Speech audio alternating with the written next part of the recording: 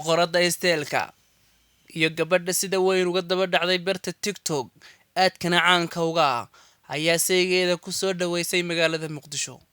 Waa jacaylkeeda Haykal kaasi oo isagu mar hore ku soo dhaweeyay magaalada Hargeysa, balse beddelkeeda waxay si diiran ugu soo dhaweysay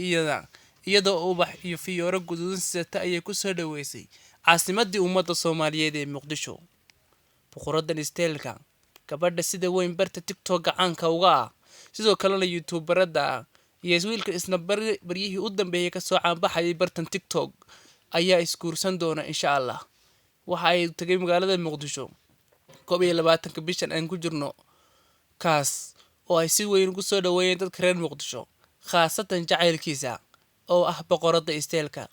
boqorada isteelka waxaa lagu xasuustaa sawiradii qurxoonaa ay ku soo wadagali jireen iyada iyo jacaylkeedu magaalada Hargeysa kadib markii ay timi magaalada Hargeysa. ninkan waan markii hore si weyn baraha bulshada looga aqoon waa Haykal ayaa markii uu la kulmay boqorada isteelka noqday Luul iyo Diamond kaasi oo ay hablo badan raadinayaan kadib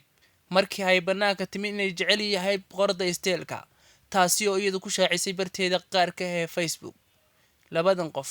ayaa waqti badan ka soo wada muuqday sawirada kaamirada iyo daha gadaashiisa iyagoo la aaminsanaa inuu jacayl ka dhaxeeyo, balse waqti yar kadib waxa qiratay arrintan boqorada isteelka. ugu dambeyntiina waqti badan oo ku naaloonayeen magaaladan xarunta ah ee Hargeysa iyo magaalada amniga ugu fiican haysata Afrika. ugu dambeyn waxay boqorada isteelka oo baxday dhinaca iyo magaalada Muqdisho iyadoo ugu dambeyntii gaadhay ilaa iyo caasimadda Kenya ee Nairobi ee dalkaasi Kenya, halkaasi oo Soomaali badan ku soo dhaweeyeen iyadoo gabadha kale ee modelada ah isteelka quruxda badan ee Shushu Cabdalle. haddaba ibinka ayuu isaguna u dhaqaaqay dhinacaas iyo magaalada Muqdisho, iyaduna waxay ugu soo dhaweysay sidii uu soo dhaweeyay si ka wanaagsan amba ka farxad badan, taasi oo ay u maleynayaan dadku amba noqonaysaba inay tahay inuu farxadii iyo jacaylka Hargeysa ku siinahay Muqdisho ku siin doonto. ku darso oo waxay u badan tahay in arooskoodu ka dhaca magaalada Muqdisho toddobaadyada soo socda, maadaama uu halkan ka xamaan qaatay oo uu halkaas si toos u tagay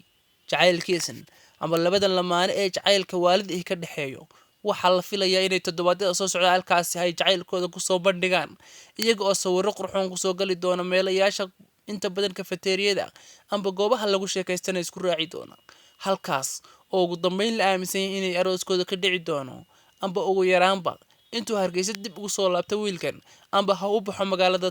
Istanbul ee caasimadda dalka Turkiga hay halkaa ku qabsan doonaan aroos deg ee farax. halkaasi oo ay dadka Soomaaliyeedna si weyn ugu wada hambalyeynayaan amba ugu haqal taagayaan sidii ay u maqli lahayn amba goorta ay maqli lahayn arooska boqorada isteelka iyo sidoo kale saygeedan cusub. waaw saaxiibadana qiimaha badan oo hambalyo ayaanu leenahay anaku intaan ayaan awoodnaa hambalyo iyo inaan idinka idinla wadaagno inkuna hambalyo inuu duceeyo saaxiibayaal mahadsanidin.